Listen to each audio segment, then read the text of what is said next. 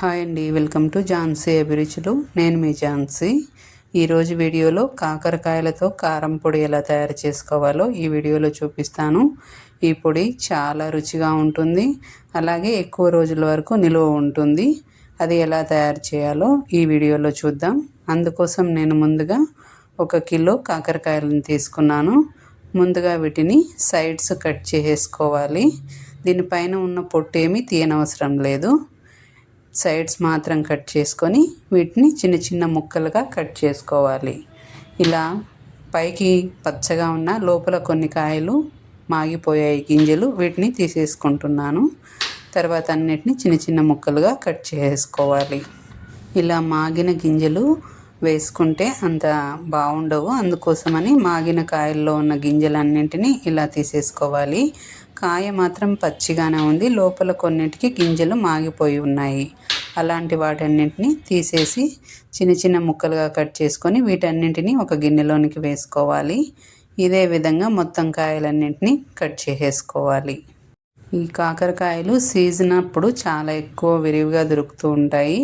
అలాగే ఎక్కువ కాయలు తెచ్చుకున్నప్పుడు ఇవి తొందరగా మాగిపోతాయి కాబట్టి వేస్ట్ అయిపోతూ ఉంటాయి. అలాంటప్పుడు ఇలా పొడి చేసుకొని పెట్టుకుంటే 1 నెల రోజుల వరకు వాడుకోవచ్చు.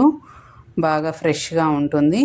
నేను తెచ్చిన నెక్స్ట్ డేకే చూడండి కాయలు ఇలా మాగిపోయినట్లు అయిపోయాయి. అందుకోసమని వీటినన్నిటినీ కట్ చేసుకొని పొడి తయారు చేసుకుంటున్నాను. ఇలా కాకరకాయ ముక్కలన్నీ చిన్న చిన్న పీసెస్గా కట్ చేసుకున్న తర్వాత ఇందులో కొన్ని లేత కాయలు ఉన్నాయి, వాటికి మాత్రం గింజలను తీయకుండా అలాగే వేసుకున్నాను. మాగినట్లు ఉన్న కాయలు మాత్రం గింజలను తీసేసాను. తర్వాత ఇందులోనికి కొద్దిగా ఉప్పు వేసుకోవాలి. అలాగే 1 స్పూన్ వరకు పసుపు కూడా వేసుకోవాలి. పసుపు వేసుకున్న తర్వాత వీటన్నింటినీ బాగా మిక్స్ అయ్యేలాగా చేతితో బాగా కలుపుకోవాలి. ఇలా కలుపుకోవడం వల్ల ఈ కాకరకాయల్లో కొంచెం తేమ లాంటిది వస్తుంది. ఇలా బాగా కాయలన్నింటికి ఉప్పు పసుపు పట్టేటట్లుగా చేతితో ఒకసారి బాగా ఇలా కలుపుకొని తర్వాత దీనిపైన మూత పెట్టి 1 అరగంట పాటు పక్కన పెట్టుకోవాలి. అరగంట పాటు పక్కన పెట్టుకుంటే ఇందులో కాస్త నీరు ఊరుతుంది. తర్వాత చూపిస్తాను. తర్వాత స్టవ్ మీద ఒక ప్యాన్ పెట్టుకొని అందులోకి పొడిలోకి కావలసిన పప్పులు వేయించుకోవాలి. ముందుగా 1 అరకప్పు శనగపప్పు తీసుకున్నాను. ఈ శనగపప్పును ప్యాన్లోనికి వేసుకొని లైట్గా వేయించుకోవాలి. లైట్గా వేగిన తర్వాత ఇందులోనికి మరొక అరకప్పు వరకు ఉద్దిపప్పును కూడా వేసుకోవాలి. ఇలా పప్పులు వేసుకోవడం వల్ల కాకరకాయ పొడి చేదు లేకుండా చాలా కమ్మగా ఉంటుంది. మంటని లో ఫ్లేమ్లో పెట్టుకొని ఈ పప్పులన్నీ బాగా ఫ్రై అయ్యేలాగా వేయించుకోవాలి. మంటని లో ఫ్లేమ్లో పెట్టి వేయించుకోవడం వల్ల పప్పులు లోపలి వరకు బాగా ఫ్రై అవుతాయి. హై ఫ్లేమ్లో పెట్టి వేయించుకుంటే పైన మాత్రం వేగినట్లయి లోపల పచ్చిగానే ఉంటాయి. తర్వాత ఒక 2 టేబుల్ స్పూన్స్ వరకు ధనియాలను కూడా వేసుకోవాలి. అలాగే రుచికి తగినన్ని ఎండు మిరపకాయలు, కొంచెం 1 గుప్పెడు కరివేపాకును కూడా వేసుకొని వీటన్నింటినీ బాగా ఫ్రై చేసుకోవాలి. ఇలా తయారు చేసుకునే కాకరకాయ పొడి చాలా హెల్తీగా ఉంటుంది, ఆరోగ్యానికి చాలా మంచిది. కాకరకాయలను మనం రోజు వండుకొని తినలేం కాబట్టి ఇలా పొడి తయారు చేసుకొని పెట్టుకుంటే ప్రతిరోజు అన్నం తినేటప్పుడు 1 స్పూన్ వేసుకొని నెయ్యి వేసుకొని తినచ్చు. చాలా బాగుంటుంది, చేదేమీ ఉండదు. పిల్లలు కూడా ఇష్టంగా తింటారు ఇలా చేస్తే.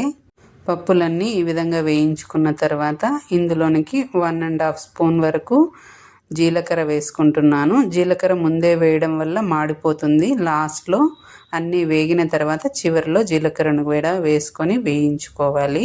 ఇలా ఉద్దిపప్పు శనగపప్పుతోనే కాకుండా వేరుశెనగ గింజలు కూడా వేసుకొని కాకరకాయ పొడి తయారు చేసుకోవచ్చు. మీకు నా వీడియో నచ్చినట్లయితే please like, share and subscribe my channel.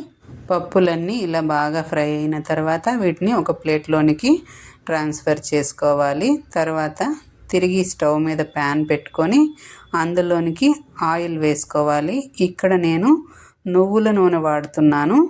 A oil అయినా వాడుకోవచ్చు. నా దగ్గర నువ్వుల నూనె ఉంది కాబట్టి వేసుకుంటున్నాను. నువ్వుల నూనె వేయడం వల్ల ఆరోగ్యానికి చాలా మంచిది. పొడి కూడా చాలా టేస్టీగా ఉంటుంది. తర్వాత మనం పక్కన పెట్టుకునే కాకరకాయలను ఇలా గట్టిగా పిండితే ఇందులో కాస్త వాటర్ వస్తాయి చూడండి. ఇందులో ఉన్న పసరంతా పోవడం వల్ల కాస్త చేదు తగ్గుతుంది. కాయలన్నింటినీ ఈ విధంగా చేతితో గట్టిగా పిండేసి వీటిని ఆయిల్లోనికి వేసుకోవాలి. ఆయిల్ కూడా ఎక్కువగా వేసుకోకూడదు, ఎందుకంటే కాకరకాయలు వేయించుకున్న తర్వాత ఆ ఆయిల్ని తిరిగి మనం వాడుకోలేము కాబట్టి కాస్త తక్కువగా వేసుకొని ఫ్రై చేసుకోవాలి. ఈ విధంగా చేతితో పిండుకున్న కాకరకాయ ముక్కలన్నింటినీ ఇలా ఆయిల్లోనికి వేసుకోవాలి. ఈ ముక్కలు కూడా ఎక్కువ వేసుకోకుండా ప్యాన్లో సరిపడినంత వేసుకొని వీటిని లో టు మీడియం అడ్జస్ట్ చేసుకుంటూ ఫ్రై చేసుకోవాలి. మాడిపోకుండా వేయించుకుంటున్నాను. మిగిలి ఉన్న కాకరకాయ ముక్కలన్నీ ఇలా ఒక ప్లేట్లోనికి రసాన్ని పిండేసి పెట్టుకున్నాను. చూసారా, ఇక్కడ పసరు వచ్చింది. ఇలా ఉప్పు పసుపు వేసి పెడితే ఇలా వాటర్ లాగా రిలీజ్ అవుతుంది. తర్వాత ఈ కాకరకాయ ముక్కలన్నింటినీ లో ఫ్లేమ్లో పెట్టుకొని అడ్జస్ట్ చేసుకుంటూ ఫ్లేమ్ని ఫ్రై చేసుకోవాలి. ఇవి కాస్త టైం ఎక్కువ తీసుకుంటుంది, కానీ కాకరకాయ పొడిని ఎక్కువ రోజులు నిల్వ చేసుకోవచ్చు. ఇలా 1 మంత్కి 2 మంత్స్కి సరిపడా ఒకసారిగా తయారు చేసుకొని పెట్టుకోవచ్చు.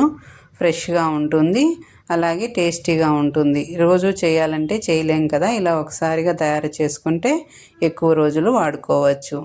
కాకరకాయ ముక్కలన్నీ ఇలా బాగా ఫ్రై అయిన తర్వాత వీటిని ఆయిల్లో నుంచి సపరేట్ చేసుకోవాలి.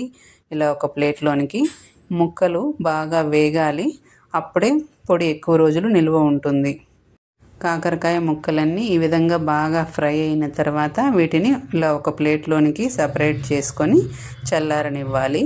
తర్వాత మిగిలి ఉన్న కాకరకాయ ముక్కలను కూడా తిరిగి అదే ప్యాన్లోనికి వేసుకొని వీటిని కూడా బాగా ఫ్రై చేసుకోవాలి. ఇదే విధంగా ఇలా వేయించుకొని పొడి చేసుకోవడం కాస్త లేట్ ప్రాసెస్ అని అనుకుంటే ఈ కాకరకాయ ముక్కల్ని ఆయిల్లో వేసైనా డీప్ ఫ్రై చేసుకోవచ్చు. ఆ విధంగా కూడా కాకరకాయ ముక్కలన్నింటినీ వేయించుకొని పొడి చేసుకోవచ్చు. తర్వాత ఇలా కాకరకాయ ముక్కలన్నింటినీ ప్లేట్లోనికి వేసుకొని పెట్టుకున్నాను. తర్వాత ఒక మిక్సీ జార్ తీసుకొని అందులోకి మనం వేయించుకున్న ఈ పప్పులు, ఎండుమిరపకాయలు, కరివేపాకు ఉన్నాయి కదా, వాటన్నిటిని ఇందులోకి వేసుకొని తర్వాత ఇందులో కొద్దిగా ఉప్పు వేసుకోవాలి. ఆల్రెడీ కాకరకాయల్లో వేసాం కాబట్టి చూసి వేసుకోవాలి. అలాగే కొంచెం పసుపు వేసుకొని వీటిని మెత్తగా గ్రైండ్ చేసుకోవాలి. అలాగే ఇక్కడ పప్పులు, కాకరకాయ ముక్కలు అన్నీ ఒకేసారి వేసి గ్రైండ్ చేసుకుంటే అంత బాగా గ్రైండ్ అవ్వవు. కాకరకాయ ముక్కలు సరిగా నలగవు, అలాగే పప్పులు కూడా సరిగా నలగవు. అందుకోసమని ముందుగా పప్పులను మాత్రం గ్రైండ్ చేసుకోవాలి. పప్పులంతా బాగా గ్రైండ్ అయిన తర్వాత కాకరకాయ ముక్కలను కూడా వేసుకొని గ్రైండ్ చేసుకోవాలి. కొంచెం కచ్చా పచ్చగా కూడా వేసుకోవచ్చు, పప్పులు తినేటప్పుడు కమ్మగా ఉంటాయి. తర్వాత ఈ కాకరకాయ ముక్కలను కూడా వేసుకొని మెత్తగా గ్రైండ్ చేసుకోవాలి. నేనైతే ఇక్కడ మరీ మెత్తగా గ్రైండ్ చేసుకోకుండా అక్కడక్కడ చిన్న చిన్న పలుకులు ఉండేటట్లుగా గ్రైండ్ చేసుకున్నాను. అలా ఉంటే తినేటప్పుడు చాలా టేస్టీగా ఉంటుంది. తర్వాత ఇందులోకి ఒక 2 వెల్లుల్లిపాయలు లైట్గా పొట్టి తీసి వేసుకున్నాను. వాటిని ఇందులోనికి వేసుకొని వీటిని కూడా కచ్చాపచ్చగా గ్రైండ్ చేసుకోవాలి. మరి మెత్తగా వేసుకోకుండా కచ్చాపచ్చగా వేసుకుంటే బాగుంటుంది. కాకరకాయ పొడి చేదుగా ఉంటుందని చాలామంది అనుకుంటారు. ఇలా చేసుకుంటే ఏమాత్రం చేదు అనేది ఉండదు, చాలా టేస్టీగా ఉంటుంది. చూసారా, ఈ విధంగా కాకరకాయ పొడిని తయారు చేసుకోవచ్చు. ఇలా తయారు చేసుకున్న కాకరకాయ పొడి వేడి వేడి అన్నంలోకి, చపాతీలోకి, దోశ, ఇడ్లీ లాంటి వాటిల్లో కూడా చాలా బాగుంటుంది. ఇలా తయారు చేసుకున్న ఈ పొడిని ఏదైనా ఎయిర్ టైట్ బాటిల్లో వేసుకొని స్టోర్ చేసుకుంటే ఎక్కువ రోజులు వాడుకోవచ్చు. చూసారుగా కాకరకాయ పొడి ఎలా తయారు చేసుకోవాలో. మీరు కూడా తప్పకుండా ట్రై చేయండి, చాలా బాగుంటుంది. ఎలా ఉందో కామెంట్లు తప్పకుండా తెలియజేయండి. అలాగే ఫస్ట్ టైం మీరు నా వీడియోస్ చూస్తున్నట్లయితే please like, share and subscribe my channel. Please support my channel. Thank you.